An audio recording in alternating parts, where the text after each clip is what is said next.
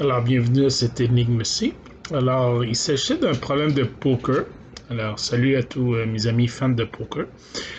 Un poker bien populaire depuis quelques années, le fameux poker Texas Hold'em.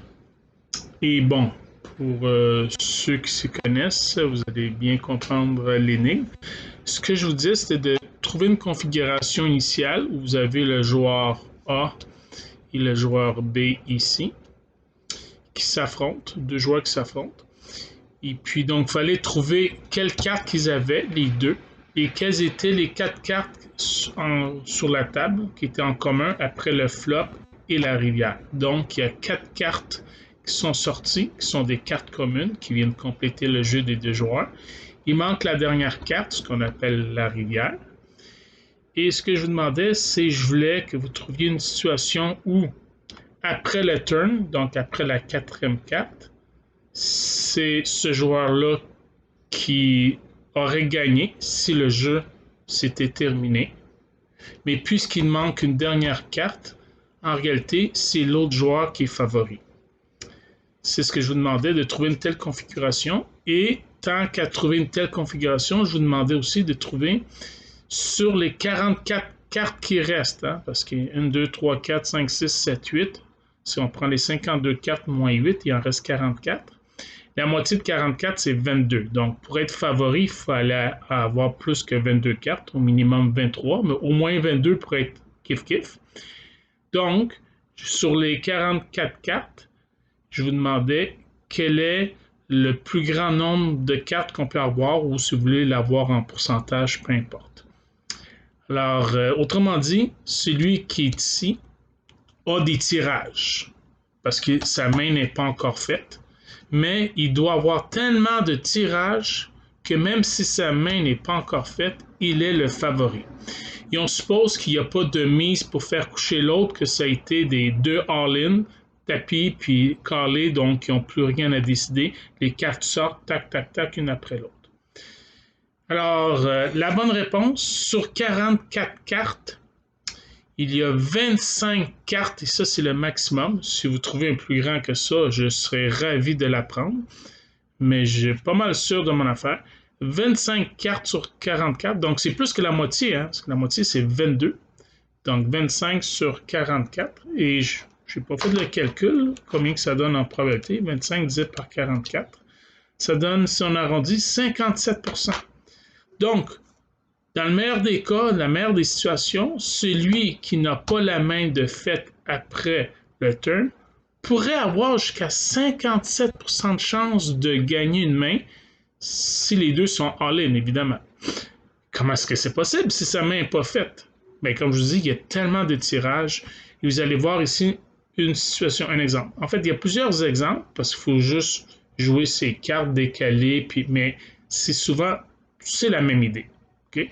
Donc, l'idée, c'est que celui qui a un jeu a une paire, mais une petite paire. Bon, ici, j'ai mis la paire de 2, qui est la plus petite.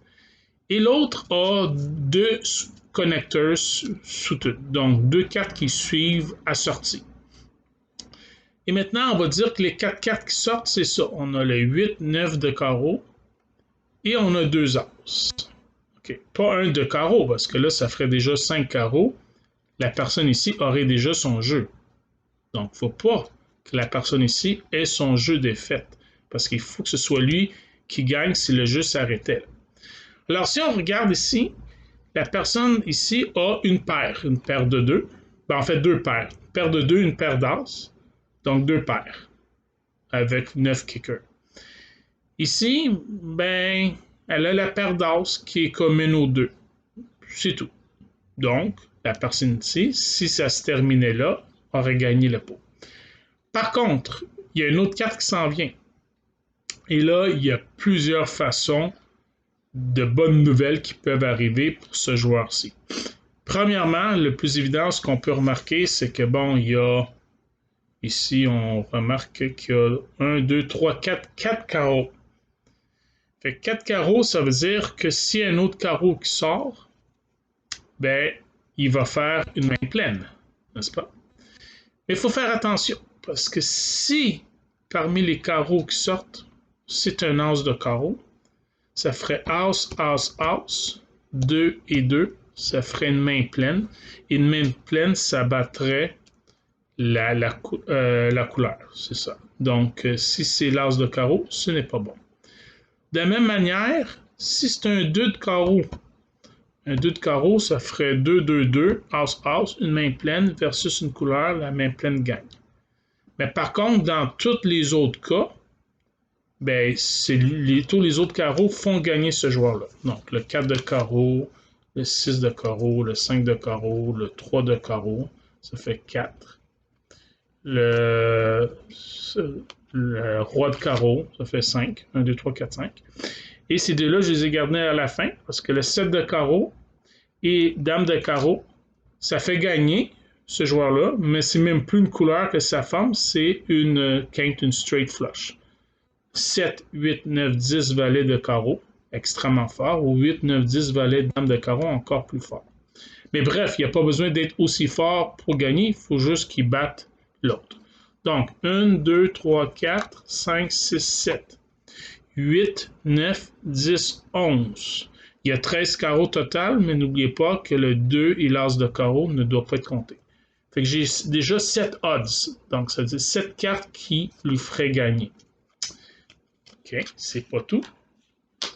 Il y a aussi, on remarque, 8, 9, 10 valets. Il y a une possibilité de faire ce qu'on appelle une straight, une suite.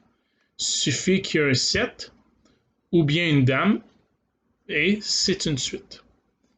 Alors, dans les 7, combien j'en ai? 3. Là, vous allez dire, mais il me semble que les 7, il y en a 4 au total. Oui, mais le 7 de carreau pardon, a déjà été compté dans les carreaux. Je ne peux pas le compter 2 fois quand même. Donc, les 7, il y en a 3 autres. Donc, je t'ai rendu avec 7 cartes plus 3, on est rendu à 10.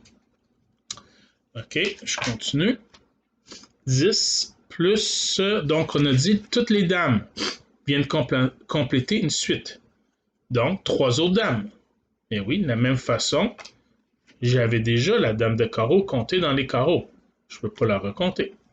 Donc, tout ça, ça fait 8, 9, 10 valets dames, une suite. Donc, on rajoute 3 à 10, on est rendu à 13. Qu'est-ce qui préfère gagner ce joueur-là?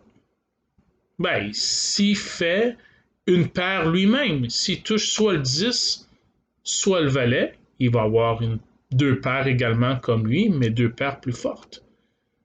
Et oui, alors tous les 10 lui font gagner. Donc, 10. Donc, évidemment, il y a 3 autres 10, parce qu'il y en a déjà un ici. Alors, si un 10 sort, peu importe, ça va faire 2 paires avec un valet kicker. De toute façon, l'autre, c'est même pas le kicker qui fait gagner. Il y a 2 paires plus fortes que l'autre. OK, donc, on était rendu à 13. Plus 3 cartes, ça fait 16. On n'oublie pas que la moitié de 44, c'est 22. On est déjà rendu à 16. Bon, mais ça prête aussi un valet.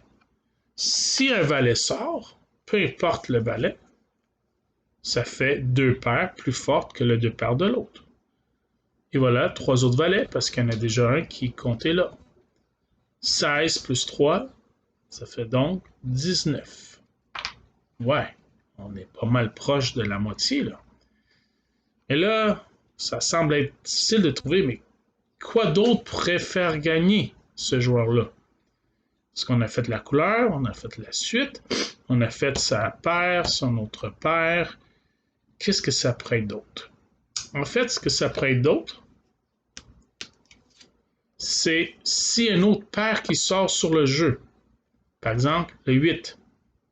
Ça va faire une paire d'as, une paire de 8, et lui aurait donc 3 paires. Mais 3 paires au poker hold'em, ça ne compte pas, c'est les 5 combinaisons de 5 meilleures cartes. Puis 3 paires, ça fait 6 cartes. Fait que lui, il aurait quoi? Il aurait une paire d'as, une paire de 8, et sa 5e carte serait un 9. Mais lui aurait une paire d'as, une paire de 8, et sa meilleure carte serait le valet. Là, c'est le kicker qui le fait gagner. Donc, si un 8 sort, c'est très serré, ça donne 2 paires pour lui. Lui, ça donne 3, mais ça compte pas, donc 2 paires. Donc, lui aurait 9 kickers et lui, valet kicker. Donc là, il gagnerait de justesse. Donc, 3 autres combinaisons gagnantes. On était rendu à 19. 19 plus 3, 22. Donc, moitié-moitié. Et là, vous me voyez venir. Ce qui fait que ça bascule complètement en faveur de ce joueur-là, c'est qu'on peut faire le même raisonnement si un 9 sort. N'importe quel 9 qui sort, il va faire 2 paires, valet kicker. Lui aurait 3 paires de façon encore identique, ça ne compte pas. Donc, son jeu, ce serait une paire d'as, une paire de 9 et 8 kicker. Le valet kicker est plus fort. Donc, c'est ces 3 cartes-là qui font toute la différence. C'est donc 3 cartes de plus pour ce joueur-là, mais 3 de moins pour lui. Donc, au lieu d'être 22-22, 22 plus 3, 25, et 22 moins 3, 19. Ça fait 25 chances sur 44 versus 19 sur 44. Ça commence à être appréciable comme différence. En fait, ça donne du 57%. Fait que sur du long terme, s'il joue 100 pièces à chaque fois, il va s'enrichir assez vite, parce que 57%. Juste pour vous donner une idée, le casino là, qui s'enrichit sur notre dos, il se donne à peu près 53%. Vous allez dire, 3%, c'est pas beaucoup. C'est pas 3% qu'il faut voir, c'est 6%. C'est 3% en leur faveur, mais 3% en notre défaveur, ce qui fait 6%. Voyez-vous, donc c'est à peu près ça. Donc ici, ce serait 57 versus 43, donc 14%, quasiment 15%. C'est comme une taxe qu'on paye 15% à chaque fois, là. C'est beaucoup. Alors, j'espère que vous avez apprécié cette énigme, puis on se revoit pour une autre.